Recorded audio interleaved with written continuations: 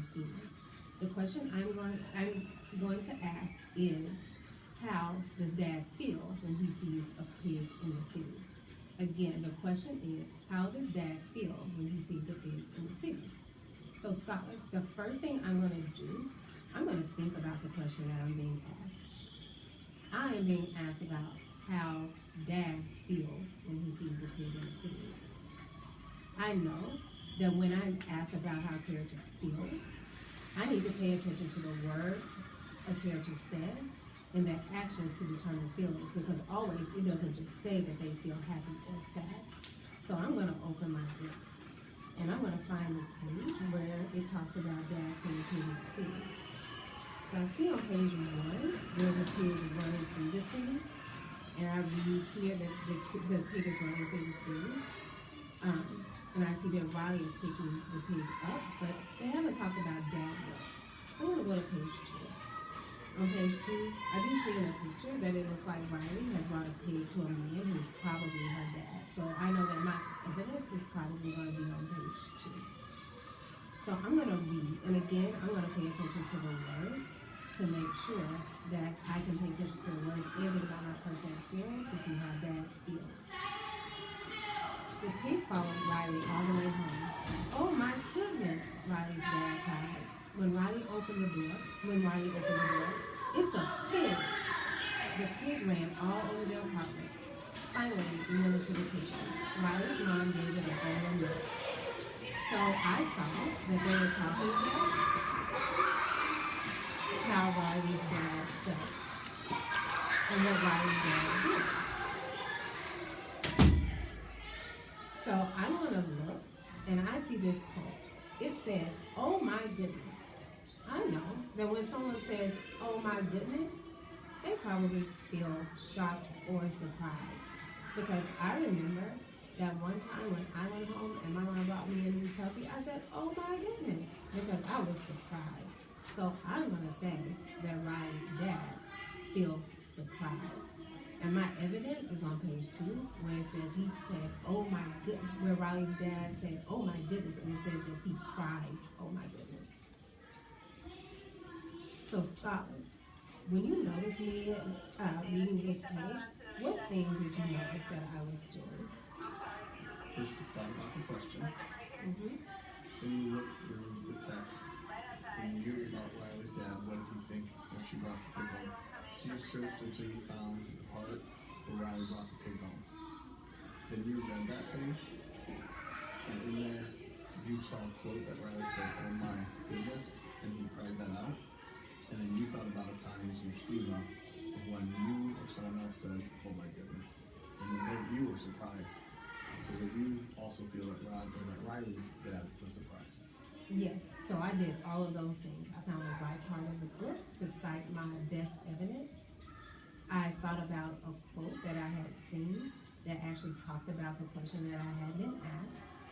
And I also made sure that I could further explain my answer by using my schema and what it said in the text. So scholars, today, that is what you're going to do when you are asked more questions about how a character feels. You're going to find the right evidence. You're going to look for quotes in the story or words that explain how a character feels. You're going to think about what you already know in your schema, and then you're going to come up with the very best answer that you can. So, how did that feel, or like, what did you notice about that model, and like, how could that like impact scholars? You clearly gave them a process to walk through to figure out that they can easily manage, and it can be used not only in factual but also in critical thinking and inferential. Once they find the part of the book, read it, they can use some of their schema. Some of them they have to say a different schema. They can use a schema then to determine the answer. Yeah, so, and they're definitely using the and C it's and the repeatable. N. You know, it's something that can, Yeah, and they're definitely using like the C and the N in race. Like they're citing it and they're explaining it, which are the toughest parts for race for them to like catch on to. My kids, for the most part, do really good with art. Like, even when I ask them a step, how did Riley's dad feel? Riley's dad felt Yeah. They almost all, they really do a good job of that. So whoever was teaching first grade last year does a really good job of. Yeah, like they're pretty good at restating questions. What they're struggling with is, and why they're not achieving step is because they can't cite correct evidence or explain it for a lot of question types. Because sometimes they're missing factual, a lot of times they're missing critical and inferential.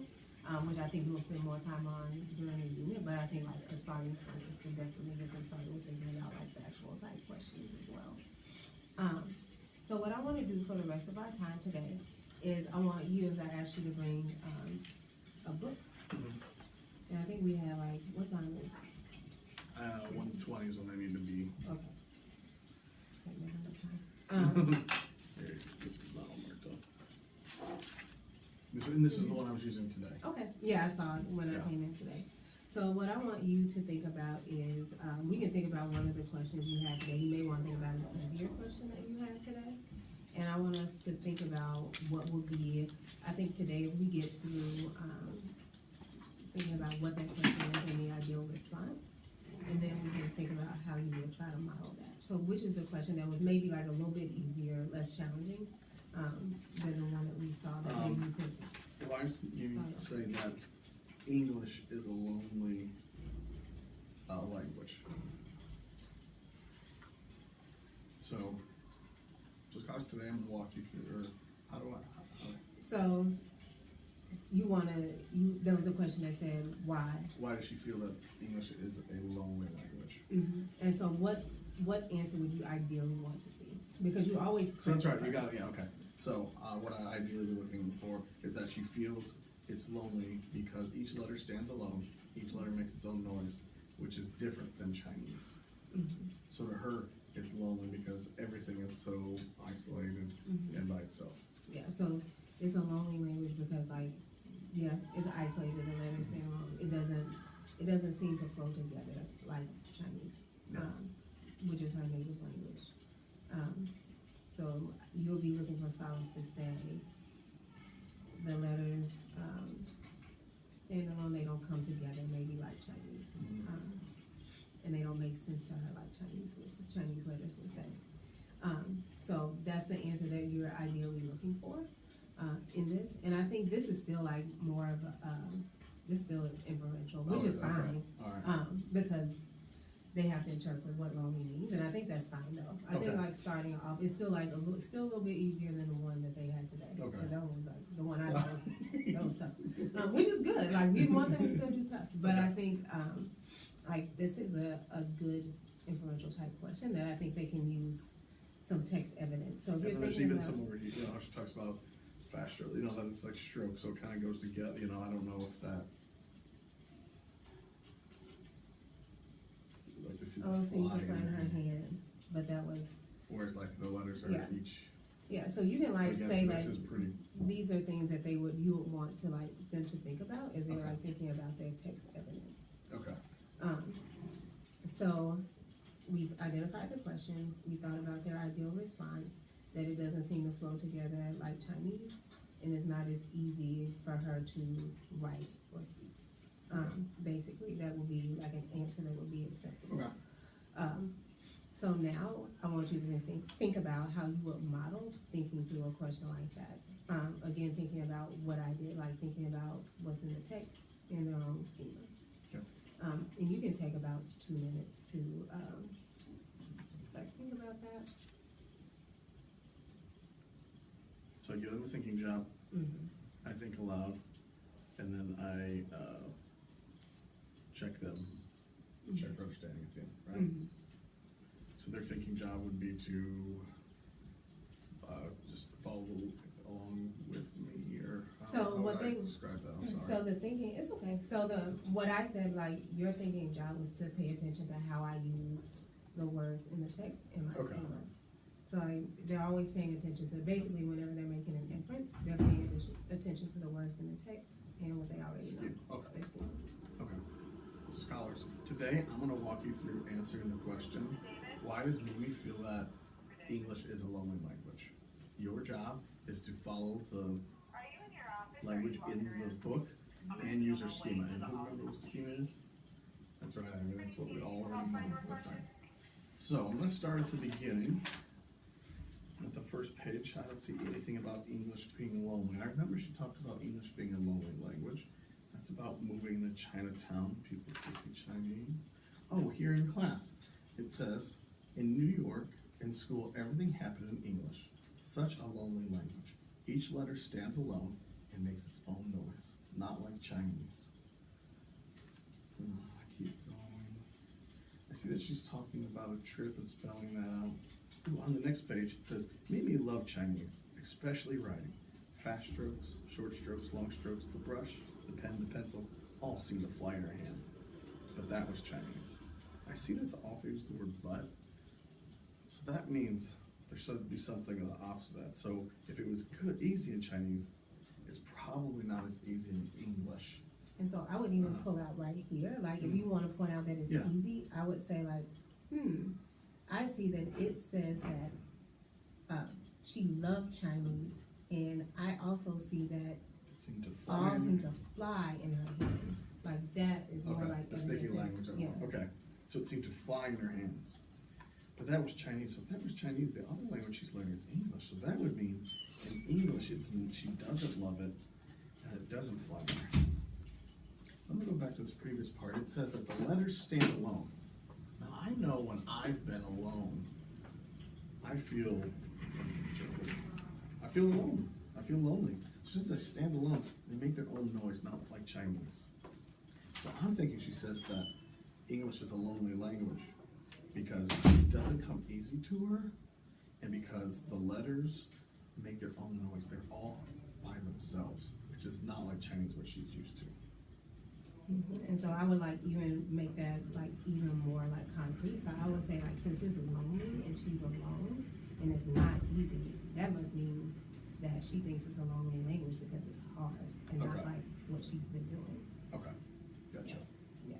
And so like thinking about, and we can cut right there because I know like you have to go, but I think like things that you did that were effective is you went back through the text and you looked like from the beginning and you found the right page where she started talking about like, I remember them saying it was a lonely language on this page. So you found the page and you read and you thought through what was lonely language, and then like I prompted you to like find out. And I think this would all be 2 pages, but it's probably going to be my hot, which was I guess level 8. Well, this is a higher level. Yeah, so that's what I'm saying. So I guess But like I mean I think like they can look across 2 pages, even at step 7. And you like put that information together. What I would push you on is making sure that when you script, and I know we didn't have a long time to like script out an ideal response, but like that ideal response is very concrete. So I have to know this is exactly what I'm looking for. So that's what I want to teach explicitly. And that's what you want to get that answer. Yeah. Okay. And that's what you want to model and teach explicitly when you're doing it. Okay. Yeah. So, you know, that's what I want to focus with you on over probably the next, because next week you'll have evaluation, but the next couple of weeks, because I think this is something that is going to take a while to master as an action step, and also something that scholars need to work towards, like really, Now give me time to strategic. Start with factual. Yeah, and it'll give you time to like scaffold it. Yeah. Okay. Perfect. But what I would like to do is make sure that every lesson that you have, I know you've been doing a good job of annotation, but like annotating some ideal responses. Have that ready and ready to go. Okay. From what you wanna see from scholars, and also like modeling according to the criteria. Okay. And I would like for you to record one of your lessons, you can choose one to record, since we won't have, thing at 03, if you can record one by Wednesday, since you have guy reading Monday, Tuesday, Wednesday next week, because we're out Monday. Do it on, so do it either Tuesday or Wednesday. Yeah. Okay. So either Tuesday or Wednesday. Do I just use one of the iPads that we have in the classroom? Yes, or I can get one too. I don't know how that works. I'm never gonna do it, so I don't mind to do that. I'll do it. I just wanna make sure. So I'm asking people to record them for me, just in case I don't make it when I say I want to make it. Okay. So really it's a little tricky, but yeah, and I'll definitely give feedback on that, and then we'll talk about it. I feel like I'm growing. I feel like things are improving. You are. They are And I improving. feel like my kids are growing, which is good. Your kids are growing, and